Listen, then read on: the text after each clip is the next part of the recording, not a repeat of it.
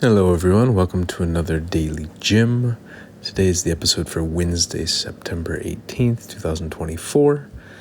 A few hours after midnight, late night today. Today I want to talk about single shot versus repeated games and moving from emotional self-defense to emotional combat.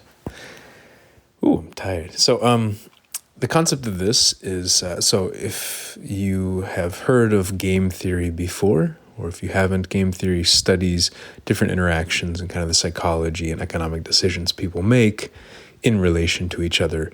One of the most famous ones is prisoner's dilemma, and this idea, there's different payoffs you get if you either confess or cheat the other person, or if you cooperate. And so basically, are you cheating or cooperating? If you both cheat, then there's a certain payoff for both of you. If you both cooperate, there's a certain payoff. And if one cooperates and one cheats, then there's a different payoff. And so in game theory, they often talk about single shot or one shot or maybe stage game. There's multiple names for it, like a one-off game or whatnot, versus repeated games. So this idea of strategies can differ tremendously when we are going with a one-off situation or if we are going with a repeated situation. And I may have talked about this before when it comes to political relationships and relationships in general. A lot of times when people go into politics, it's repeated interactions. And so the repeated interaction of politics changes the way that people tend to communicate. I would say that people in politics tend to hide things instead of lie about them, because when we lie about things, if we interact over and over and over again with somebody, they eventually figure out that we're lying, if it's like a bold-faced lie. And then it can lead to a lot of betrayal and frustration. So that's a whole different conversation we can have. But the idea for today was just talking about how I had seen the world from a lens of emotional self-defense for a while, and I'm starting to see it more from a perspective of emotional combat and just how it's changed the way that I interact with people and interact with myself. So the idea with emotional self-defense is that we can experience these emotional attacks. I was taking Krav Maga and I realized, okay, we might get physically attacked if we're unlucky once every year, every 5 years, maybe, if we're very unlucky, depending on our risk profile and not. And then I thought, but we get emotionally attacked all the time. But when I started to use the metaphor of self-defense, it was, okay, in a lot of self-defense classes, we were taught one of the best ways for self-defense is, if you can, escape immediately. Get out of there. Don't stay in the situation. Or punch back brutally. Like, kick them in the nuts, hit them in the back of the head, and then run. And I've seen, I took this similar approach with emotional self-defense. The idea was, how do I resolve the conflict immediately? Somebody punches me, I feel punched immediately emotionally. How do I try to resolve it immediately and get back to the point where I feel loving towards that person? But what I've started to realize is that, one, that can be a really intense experience.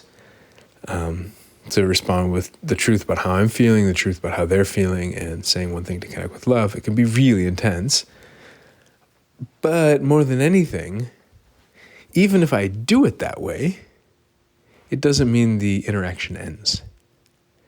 So maybe they ignore one of my calls, and then I respond to them like I'm very open and honest. Hey, I felt really sad that you didn't respond to my call, but I'm imagining maybe you were really busy with work. I don't know what's going on. Hey, what's going on?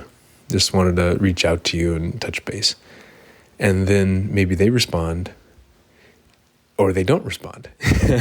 Maybe they don't respond. So I respond with love, and then they ignore me again. I'm like, And then maybe I respond with love again, and then they ignore me again. Or maybe I respond with love, and then they say, hey, just leave me alone. Why won't you just leave me alone? Didn't you get the message? And I'm like, no. So now they're like kind of pushing and hitting back with kind of an accusation or raising their voice or whatnot. And that's just the interaction that might happen in that moment it could be within the day, it could be within the hour, it could be within minutes. But then what happens when there's another interaction? There's going to be another interaction, most likely, with that person and with other people. So today I had a conversation with an old friend I hadn't seen in person in like 10 years, I had barely talked to in a while, went to university together. Saw an old roommate of mine I haven't talked to in a couple of years, I haven't seen in person. Had a conversation with a friend in East Africa on the phone. Had a conversation on Facebook with kind of this ongoing conversation about me asking for help with financial aspects to it. It's like whoom, like punch. And not all these punches are like punches with the intention to harm. I don't think really any of them are with the intention to harm, but some of them hurt. And so just this idea of emotional self-defense being, okay, maybe we're going to get attacked once, to emotional combat where it's going to happen. It's going to happen over and over and over and over again. And it's going to be somewhat constant, especially while we're awake. But even when we sleep, it happens in our dreams. And when I've seen it from this perspective, I think I'm starting to take slightly different strategy or slightly different tactics in just recognizing that, okay, this fight right now, these punches right now might really hurt, but let's have the endurance to see where this goes. And that idea of like not trying to close or end the situation or end the game, as I think it was James Carse or whatever talked about in a book, Finite and Infinite Games. This idea that a finite game is a game that ends and an infinite game is a game that continues infinitely, just goes on and on. And sometimes when we try to end the game in a game that's meant to be more infinite, it can cause a lot of problems. And so human relations, human interactions, I think are often meant to be much more infinite, or at least on a much longer time scale, not just on the momentary 1 minute, 5 minute, 10 minute, 1 day, 1 week. And I would say it's given me a little more patience, but I think it's just helped me focus more on this idea of endurance. And okay, I get punched here, maybe I punched them, maybe I accidentally hit them over the head with something, metaphorically. Okay, it's a long game. There's many interactions.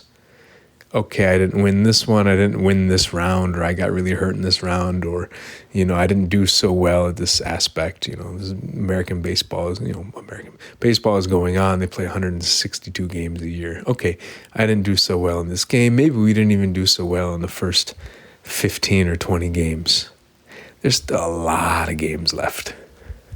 And so looking at emotional attacks, looking at conflict, looking at our interactions with people and relationships, and seeing it much more from the perspective of, it's not like I'm going to get one big attack maybe every year. It's that there's going to be all these little attacks that's going to happen, but there's so many opportunities to reconcile. There's so many opportunities to see where it goes. And that even if, I'm in conflict with somebody's perspective, or they're in conflict with me, there's also so many other conflicts happening. So the conflicts that I'm experiencing today with regards to my body, and with regards to my finances, and with regards to my work, and with regards to my family, with regards to, my romance, with regards to this, they're not going to be the same tomorrow. Some will. The conflict natures will change, the context will change, the emotions will change. And so just having more endurance to recognize that we are trying to fight so many different battles at the same time, trying to resolve so many conflicts at the same time with so many people and so many aspects of our lives, that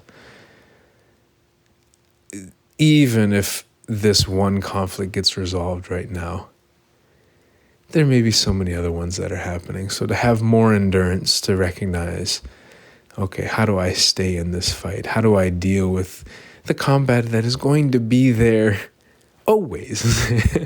I think it might always be there. So this is speaking of conflict, this is over 10 minutes.